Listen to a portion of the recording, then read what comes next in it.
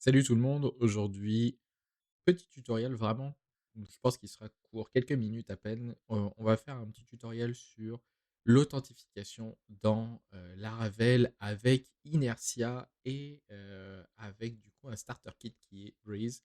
On m'a posé la question de savoir comment en fait on implémente, l'authentification avec Inertia. Vous pouvez le faire from scratch. Vous pouvez installer Inertia avec ce guide, server-side, le client-side. Il n'y a aucun problème là-dessus. Et vous avez aussi la possibilité d'ajouter ce qu'on appelle un starter kit en fait pour Laravel. Je préconise l'utilisation de ce genre de package. Pourquoi? Parce que on évite en fait finalement de réinventer la roue quand on fait du développement. Laravel Breeze va vous permettre d'avoir des fonctionnalités de base, d'authentification, d'inscription, mot de passe oublié, la vérification aussi du courriel, le email verified at par exemple, là, ce petit champ qui vous bloque. Ça, c'est déjà géré avec un starter kit comme celui-ci. Et vous avez par contre toujours la possibilité de personnaliser, de customiser les vues, et cetera. Ce que je vais faire, moi, c'est que là, en gros, je me suis installé un projet, Laravel bien classique, hein. Il est vraiment, tout vide, il y a rien dans les contrôleurs. Quand on va sur l'application, on n'a pas d'authentification, c'est du Laravel 10, rien de bien foufou.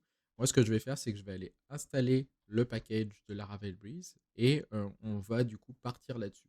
Donc, vous avez plusieurs installations possibles, la version Blade, la version React Vue et la version juste pour des API qui du coup est sur du Next.js et API. Donc, comment ça marche? On se rend sur le package Laravel Breeze. Si vous arrivez sur laravel.com et que vous allez dans la documentation, vous avez ce genre de documentation spécifique dans la section package. Parce que ça reste un package finalement associé encore à Laravel.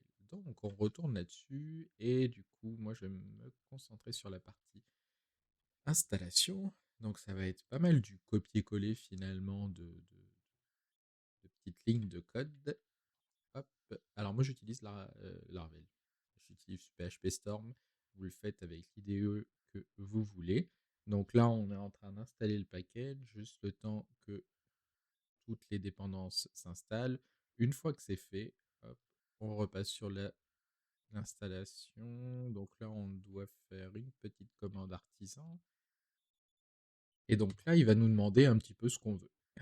Moi je vais sélectionner vue parce que j'ai envie de le faire en vue. Known parce que, ah oui, on peut avoir le dark mode, donc du coup, si vous voulez 2 thèmes spécifiques en CSS.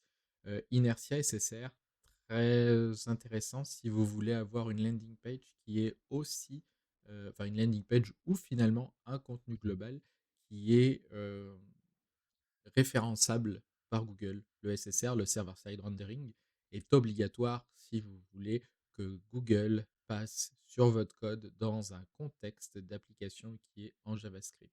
Next.js, par exemple, lui va le faire naturellement. Pour du Next ou pour du Vue.js, on est obligé de le configurer pour que ça se transforme en SSR. Donc moi, je vais rester à None. Bon, PHP Unit, même si pour le coup, on va pas faire de test unitaire dans notre projet. On est vraiment juste dans l'installation du package. Je vais vous expliquer un petit peu, vous montrer un petit peu ce qu'il y a dedans, mais je ne vais pas faire de code plus que ça, parce que finalement, le package en lui-même se charge de la totalité des fonctionnalités. Pendant que lui fait ça, ok, je vais avoir un petit artisan migrate à faire après. Juste attendre qu'il ait fini le premier. Donc là, il lance Inertia avec le build. Ok. On fait un petit migrate. Ah, je pense pas que j'ai créé de base de données. Bah, il l'a créé, donc ça c'est parfait. Donc là, il m'a créé mes petites tables, tout ça. npm install, je pense qu'il l'a déjà fait du coup, avec son npm install build, voilà, c'est ça, et le run dev pour qu'on puisse avoir la version en ligne. Ce qui fait que si j'actualise ma page, je vais actualiser ma page, je vais attendre que ça se lance. Donc là, on s'aperçoit de quoi? Que globalement, ça ressemble à la même chose. En dehors de là, on voit effectivement que bon, moi j'ai une extension Vue.js sur Chrome, vous pouvez très bien l'installer aussi, hein. C'est très pratique d'ailleurs. Vous allez sur Chrome extension, vous mettez Vue.js et vous verrez en fait quand une application a du Vue. Ce qui est très intéressant, c'est cet onglet-là en fait dans le DevTool. Finalement, ça nous permet d'avoir le détail de notre composant Vue.js. Donc c'est plutôt intéressant parce qu'on va voir les props, on va voir les datas qui sont passées.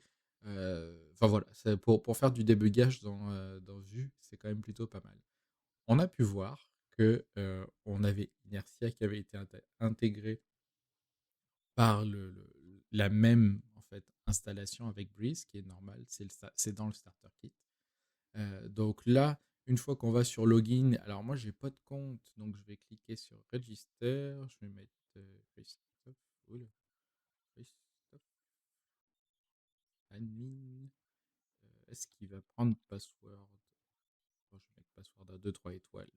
Gros, gros mot de passe, hein. On est en local. Ok, donc c'est bon, donc ça marche, il n'y a pas de champ supplémentaire. Donc on voit que la partie login est faite, la partie profile information est faite. Si je veux changer mon mot de passe, ça va marcher. Si je veux changer mes informations de profil, ça marche aussi. Bref, tout fonctionne déjà de base. Ça a pris euh, 3 minutes. Je peux même supprimer mon. D'ailleurs, si je mets un mot de passe bidon, qu'est-ce qui se passe? Bah, ça marche pas.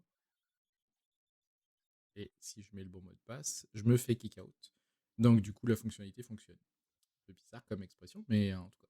Donc, en 5 minutes, on a pu installer la totalité du projet. La totalité, c'est-à-dire Laravel était déjà installé, mais Inertia, l'authentification, Vue.js, en quelques lignes. Vous allez me dire, c'est bien beau, mais du coup, en arrière, qu'est-ce que ça a fait? Alors en arrière, ce qui s'est passé, c'est que tout ce dossier-là, j'aurais pu mettre une version control, on aurait vu la différence, mais en gros, ce qui s'est passé, c'est que dans le dossier hôte, tout à l'heure, il n'y était pas. Donc en installant Breeze, on a installé tous ces contrôleurs-là. Donc, vous avez un contrôleur pour la partie authentification, finalement, enfin connexion et logout. Le logout, ce sera le destroy ici. Vous avez tout ce qui est pour le mot de passe, l'email, la vérification du mot de passe, enfin du courriel, ce que je disais avec le email verified at, etc. Parce que si on met en fait ce must implement, must verify email dans le user, là on va demander à ce que notre utilisateur ait un email vérifié, ce qui fait que quand on va vouloir se connecter, si euh, si on n'a pas ce email verified at de saisie, on va se faire kick out par l'application. Donc voilà, on a tous les contrôleurs qui ont été faits. Et le plus important aussi, en fait, finalement, c'est qu'on a aussi toutes les vues qui ont été faites, enfin, toutes les pages qui ont été faites en Vue.js. C'est-à-dire que là, notre application, elle a été recréée en Vue.js. On a notre dashboard, on a des layouts authentifiés, layouts en guest, on a les pages associées, on a, bah tiens, ça c'est la page de profil qu'on vient de voir, qui a été divisée en composants, parce que c'est ça aussi qui est intéressant finalement, c'est que la création de l'application a été faite dans un contexte un petit peu atomique, vraiment. C'est pas tagué Atomic Design, il n'y a pas de molécules, il n'y a pas de trucs comme ça. Mais si on regarde finalement, on rejoint le même principe, c'est-à-dire que là, dans ce composant-là, qui est le label d'un input, qu'est-ce qu'on prend? On prend la valeur qui est passée en props, ou la valeur qui est passée dans le en tant que slot pour le composant. Et puis c'est tout. On a, ça c'est notre label. On aura la même chose pour le text input. Si on veut un input de type texte, ce sera ça. Ce sera ce composant-là qu'il faudra utiliser. Et il définit les événements pour mettre à jour le modèle quand on va saisir du texte dedans. Bref, tout est déjà fait pour qu'on puisse utiliser, si on veut, l'application le plus facilement possible. Donc voilà, je pense qu'on a fait le tour. Je rentrerai encore un peu plus dans les détails parce que finalement, je vais sûrement en faire d'autres pour pouvoir justement avoir ce côté, OK, maintenant que j'ai installé la Ravel Breeze, comment je fais pour modifier mes vues, comment je fais pour modifier mes contrôleurs, etc. Mais je ferai ça dans une autre vidéo. Donc j'espère que ça a un petit peu dédramatiser le côté un petit peu création d'une application avec la Ravel Breeze, Inertia et une gestion d'authentification. Vous avez pu voir que c'est vraiment très facile. Euh, donc voilà, moi je vais vous laisser là-dessus. N'hésitez pas si vous avez des commentaires, postez-les, à liker la vidéo, ça m'aide beaucoup à en faire d'autres finalement. Et je vous souhaite une bonne journée du coup. Bye bye.